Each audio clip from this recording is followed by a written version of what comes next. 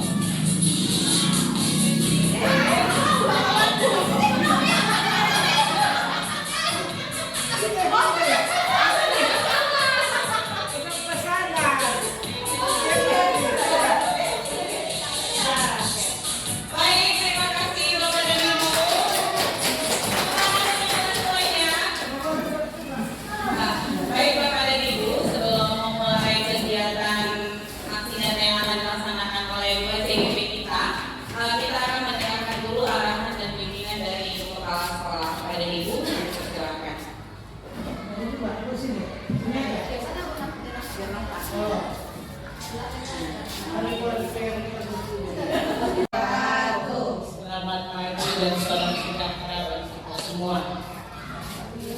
Pertama-tama puji dan syukur kita panjatkan kepada Allah Subhanahu wa taala yang mana sampai pada pagi hari ini kita semuanya masih diberikan berbagai macam nikmat, terutama nikmat kesehatan, sehingga kita semuanya mendapat begini SD 18 Gula Barat dapat berkumpul di ruangan ini dalam rangka aksi nyata KGP Angkatan ke-9 Kabupaten Labuhan Batu. Salawat beriring salam kita jadikan terhadap junjungan kita Nabi besar Sallallahu Alaihi Wasallam. Semoga kita telah mendapat syafaat di hari kemudian. Ibu-ibu sekalian, pada pagi hari ini Ibu Sakila Andini SPD beserta Ibu Laila Permatasari, guru SD 18 Gula Barat, ini melaksanakan tugas aksi nyatanya dalam calon guru penggerak angkatan ke-9 Kabupaten Labuhan Batu. Kegiatan pada pagi hari menjelang siang ini yaitu menyebarkan pemahaman dan pengalaman penerapan budaya positif dalam memulai tugas aksi nyatanya dalam modul 1.4 pendidikan guru penggerak. Saya sebagai kepala sekolah SD 18 Gula Barat ini mengucapkan terima kasih dulu kepada Ibu Laila Permatasari SPD dan Ibu Sakila Andini SPD yang sudah menjadi calon guru penggerak dari SD 18 Gula Barat. Saya sebagai kepala sekolah sangat mengharapkan kepada ibu-ibu yang belum lulus menjadi CGP ini, harapan saya sebagai kepala sekolah Ibu di sini sudah ada guru penggerak Ibu Ismiati, bahkan sekarang menjadi guru pendamping. Menurut sekarang menjadi guru penggerak untuk angkatan ke-9. Harapan saya sebagai kepala sekolah untuk angkatan ke-10 juga nanti ada dari SD 18 Mina Barat ini. Bahkan harapan saya semua guru yang ada di SD 18 Mina Barat ini menjadi guru penggerak, menjadi guru pendamping untuk meningkatkan karir kita masing-masing. Saya sebagai kepala sekolah tidak memperpanjang sambutan saya pada pagi hari ini. Harapan saya sekali lagi, mudah-mudahan ibu yang dua ini menjadi motivasi untuk ibu-ibu yang lain yang belum lulus menjadi CPP. Demikian sambutan saya pada pagi hari ini. Saya akhiri dengan Assalamualaikum warahmatullahi wabarakatuh.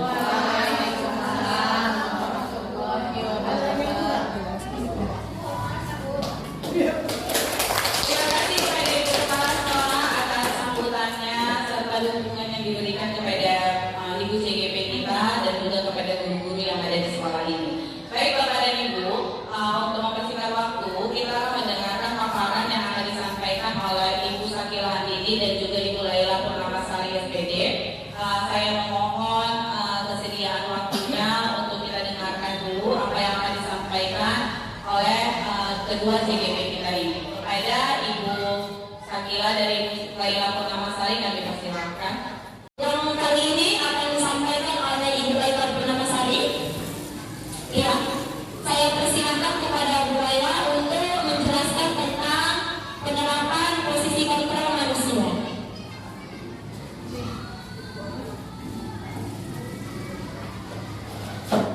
Baik, terima kasih kepada Ibu Sakila Handidi. Saya akan meneruskan slide dari diskusi kita hari ini, Bu. Mana masih semangat Ibu? Mana semangatnya? Semangat kita dulu. Tepuk semangat.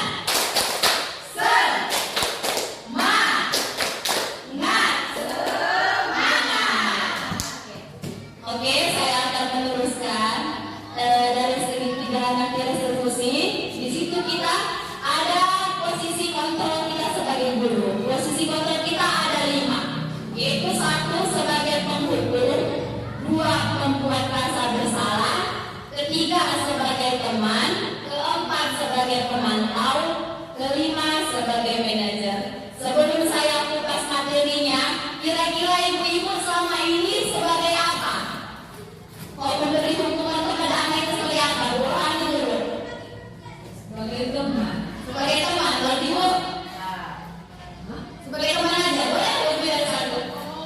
Pemantau dulu. Udah, sebagai teman dan pemantau. Ada yang lain Bu atau sebagai penghukum? Misalnya Ibu? Iya. Sebagai penghukum, membuat rasa bersalah, teman, pemantau dan manajer. Sini saya jelaskan penghukum, yaitu patuhi aturan sekolah, lalu berdiri di depan kelas. Sebagai contohnya kan Bu, penghukum di sini kita hanya berpihak kita saja, kita tidak melihat anak kita. Sebenarnya itu tidak boleh kita lakukan kepada anak kita ya kan Bu. Kemudian yang kedua, membuat merasa bersalah. Contohnya anak kita dia membuat satu kesalahan, lalu kita tegur dia Bu. Berapa kali ibu guru kasih tahu sama kamu? Terus kayak gini, ibu kecewa kali sama kamu. Misalnya anak kita ada kan Bu, terlambat dia datang. Kamu aja yang terlambat kok. Misalnya si Agung kan, kenapa kamu aja yang terlambat Agung? Kecewa ibu sama kamu. Jadi dia kan merasa bersalah si anak itu tadi kan Bu. Kemudian sebagai teman, di sini kita sebagai teman kepada anak murid kita. Di sini kita ada kasus misalnya, ayolah yang tertib, buat ibu guru bangga. Terus kali ini kamu tidak apa-apa berbuat salah. Misalnya dia ada berbuat salah gitu kan Bu. Kita posisi kita membuat kita sebagai teman, sebagai anak itu biar nyaman. Itu sebenarnya sudah mendekati, tetapi ada yang lebih harus kita terapkan di sekolah.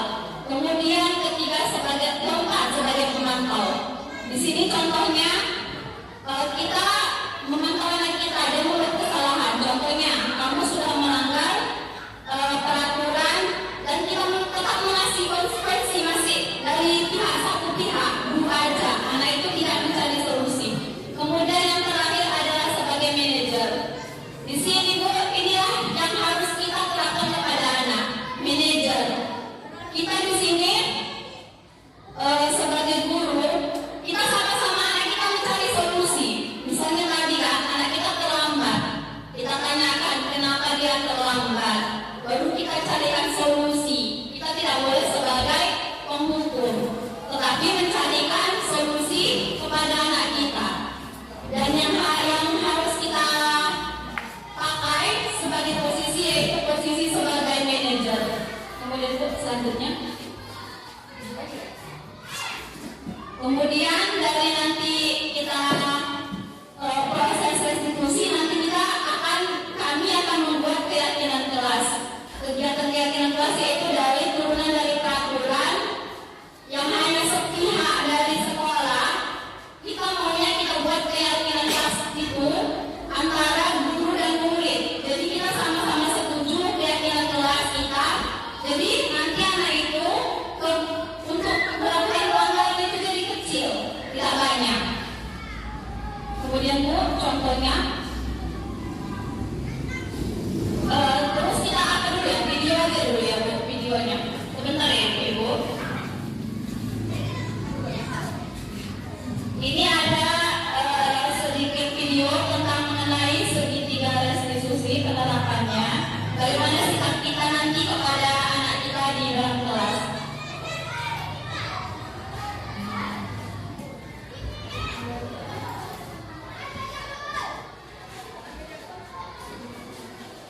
Ini ada video Bu, kita saksikan bersama-sama ya Bu.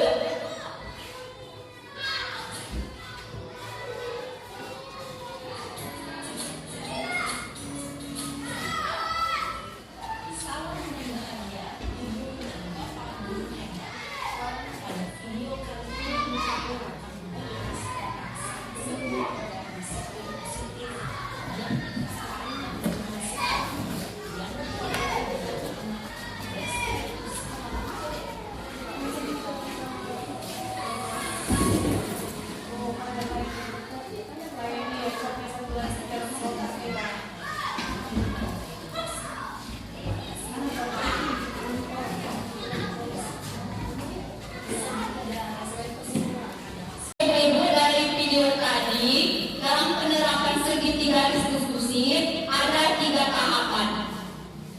Yang pertama, posisi kita yaitu sebagai menstabilkan identitas anak.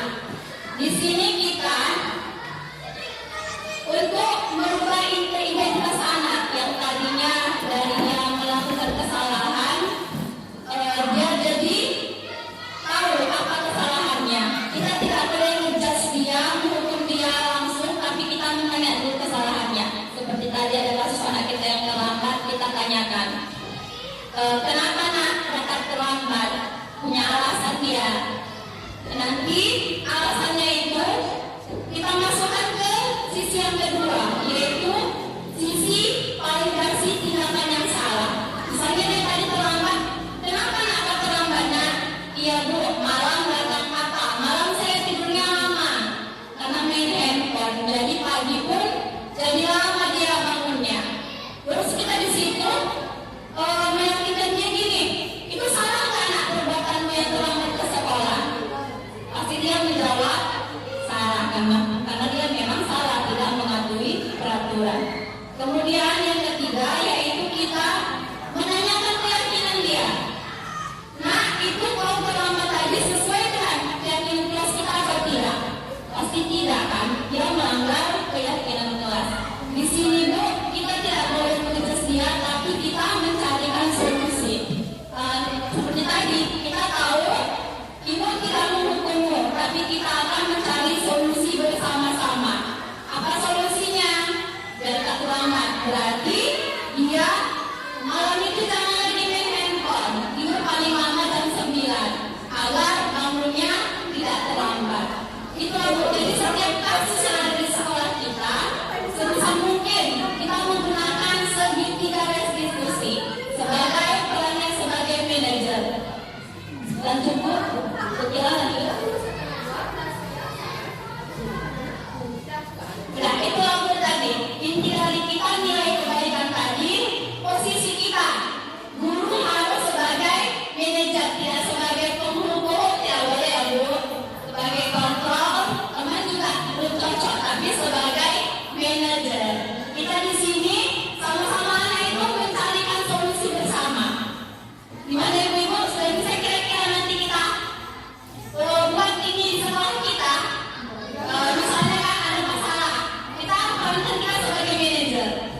Gimana? Bisa kira-kira kita terapkan soal kita? Oke, mudah-mudahan efek dari aksi nyata kami sebagai guru penggerak ini membawa perubahan yang lebih baik lagi ke sekolah kita. Assalamualaikum warahmatullahi wabarakatuh.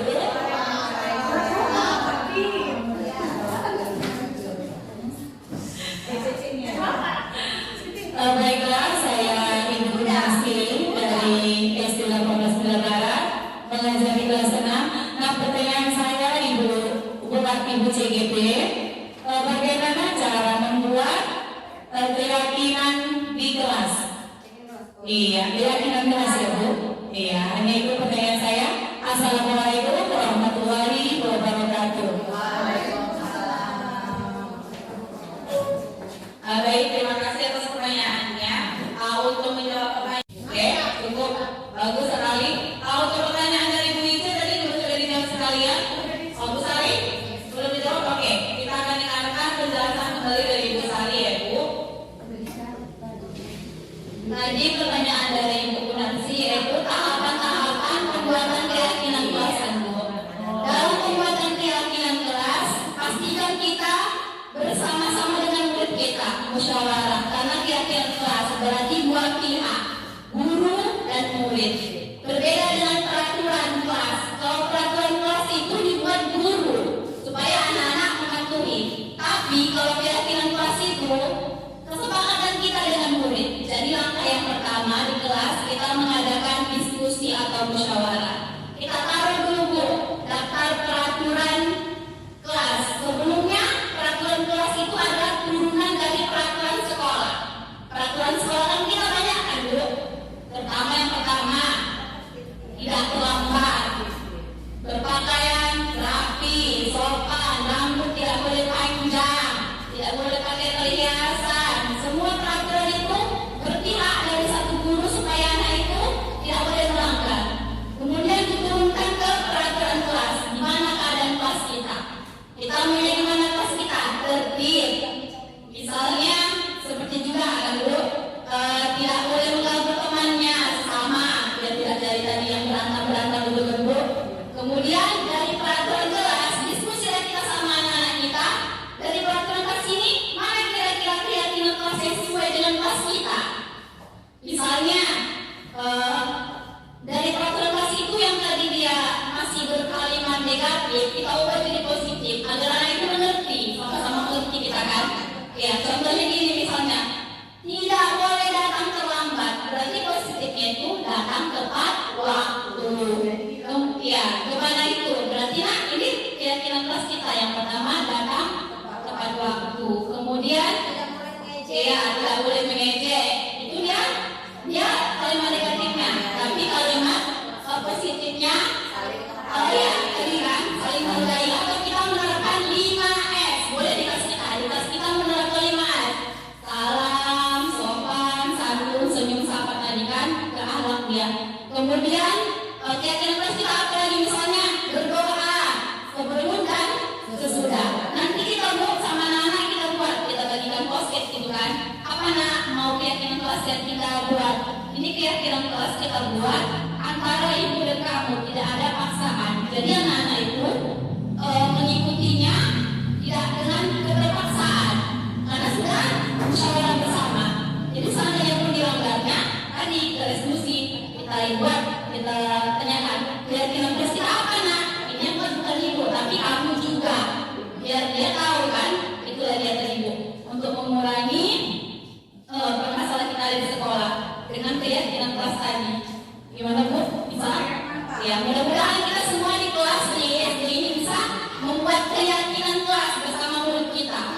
Keyakinan itu antara guru dan murid, tidak seperti peraturan. Peraturan itu kan dari guru aja, anak murid kita hanya mengikuti. Tapi kok keyakinan itu musyawarah kita bersama. Di dalam kelas itu nanti kita seperti apa? Gimana Bu? Moderator? Terima kasih kepada Ibu CGP. Baik Ibu Nancy gimana? Oke, mantap. Oke, baik.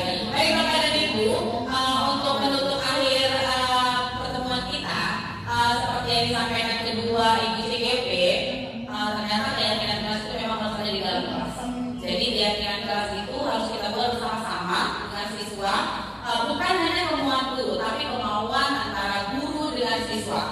Siswa yang menyatakan apa yang merasa di hatinya yang harus diungkapkan, seperti apa yang harus kelas seperti apa yang mereka impikan, itu harus berasal dari siswa. Konsekuensinya mereka juga harus memberikannya secara bersama-sama. Jadi tidak ada kesalahan itu nanti berpihak pada satu orang. Baik, ibu-ibu, terima kasih atas kehadirannya. Terima kasih kepada ibu kepala sekolah yang telah mendukung acara ini.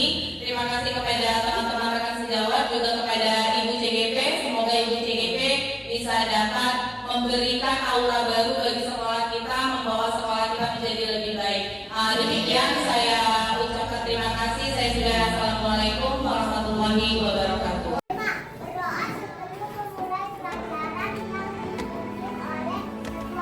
Iya kan, berdoa kita sebelum belajar kena. Ya, sebelum dan semau pulang. Lanjut Bang Najib. Hatimu. Iya, suka hati, mau banyak ya. Iya. Tidak boleh makan.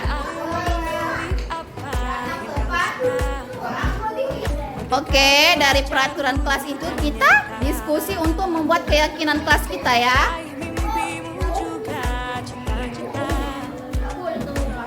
Disiplin. Ya, oke Bang, apa itu dibuat? Tidak boleh jalan-jalan saat pelajaran.